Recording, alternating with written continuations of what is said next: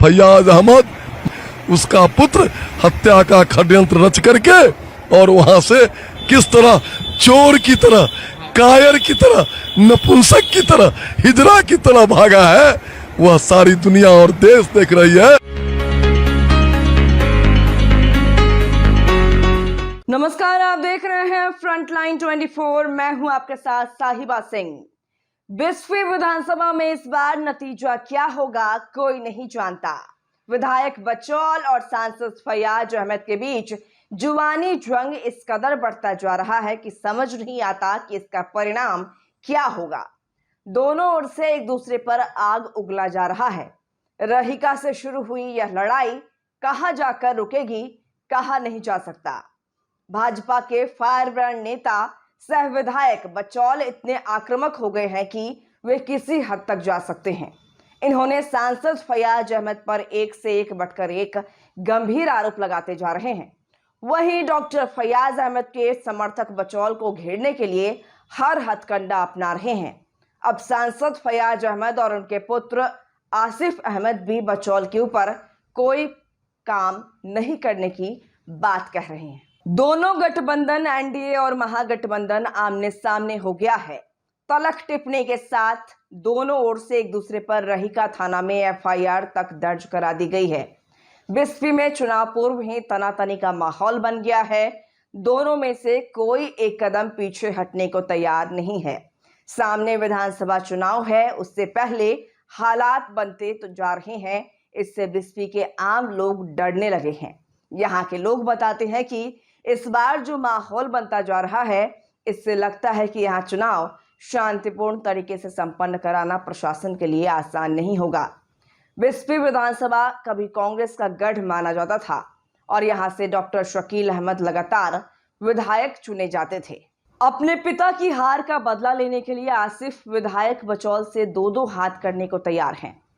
इधर रहीका में बचौल के साथ जो कुछ तीखी नोकझोंक हुई, इससे वे इतना व्यथित हो गए कि वे अपना आपा खो बैठे और सांसद फैयाज अहमद और उनके पुत्र आसिफ अहमद के खिलाफ आग उगलने लगे। बात रुकने के बजाय बढ़ती ही चली जा रही है।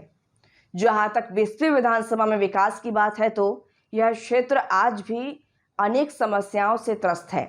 सड़कें जरूर बनी हैं, लेकिन शिक्षा, स्वास्थ्य, रोजगार, पलायन, पेयजल आपूर्ति यहाँ की सबसे बड़ी चुनौती है। इस दिशा में अपेक्षित विकास यहाँ नहीं हुआ है, जिससे आम लोगों में नाराजगी देखी जा रही है। बाढ़ और सुखाड़ यहाँ की नियति बन चुकी है। 2005 से यहाँ का माहौल बदल गया और भाजपा राजद के बीच जंग शुरू हो गई। इस दौरान बचौल और सांसद फैयाज अहमद एक दूसरे को पटकनी देने लगे। विधायक बचौल डॉक्टर फैयाज अहमद पर भारी दिखे। फैयाज अहमद 2 बार तो बचौल यहाँ 3 से 4 बार विधायक रहे हैं। दोनों के बीच हमेशा कांटे का मुकाबला दिखा। पिछले चुनाव में फिर एक बार विधायक बचौल तत्कालीन विधायक फैयाज अहमद को पटकनी देने में सफल रहे और 10,000 से अधिक मतों के अंतर से डॉक्टर फैयाज अहमद को हरा दिया।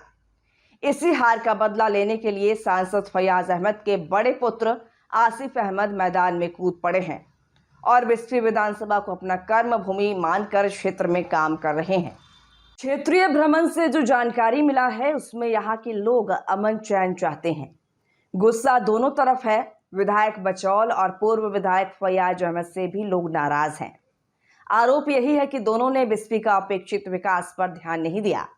प्रयास जरूर हुआ, लेकिन धरातल पर स्थिति जस की तस है, ये 20वीं के लोग बता रहे हैं। पिछले 15 दिनों से 20वीं विधानसभा का पारा इतना बढ़ गया है कि आम मतदाता दहशत में है।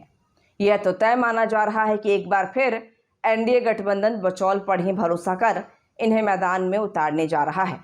लेकिन महागठबंधन में कांग्रेस भी इस सीट पर दावा ठोक दी है, इसलिए थोड़ा संशय जरूर है यहाँ से राजद के आसिफ या फिर कांग्रेस के इम्तियाज नूरानी में से कौन होंगे महागठबंधन प्रत्याशी। टिकट जिन्हें मिले, 20वीं इस बार जिले का सबसे हॉट सीट बनता जा रहा है। देखिए वीडियो में राजद और भाजपा क्या एक दूसरे पर आरोप लगा रहे हैं। फैयाज अहमद उसका पुत्र हत्या का षड्यंत्र रच करके और वहां से किस तरह चोर की तरह, कायर की तरह, नपुंसक की तरह, हिजड़ा की तरह भागा है, वह सारी दुनिया और देश देख रही है। पूरे विश्व में 2-3 हाई स्कूल हुआ करती थी। एक बड़ा टास्क था, चूंकि विकास के लिए जैसे सड़क जरूरी है वैसे तालीम भी जरूरी है।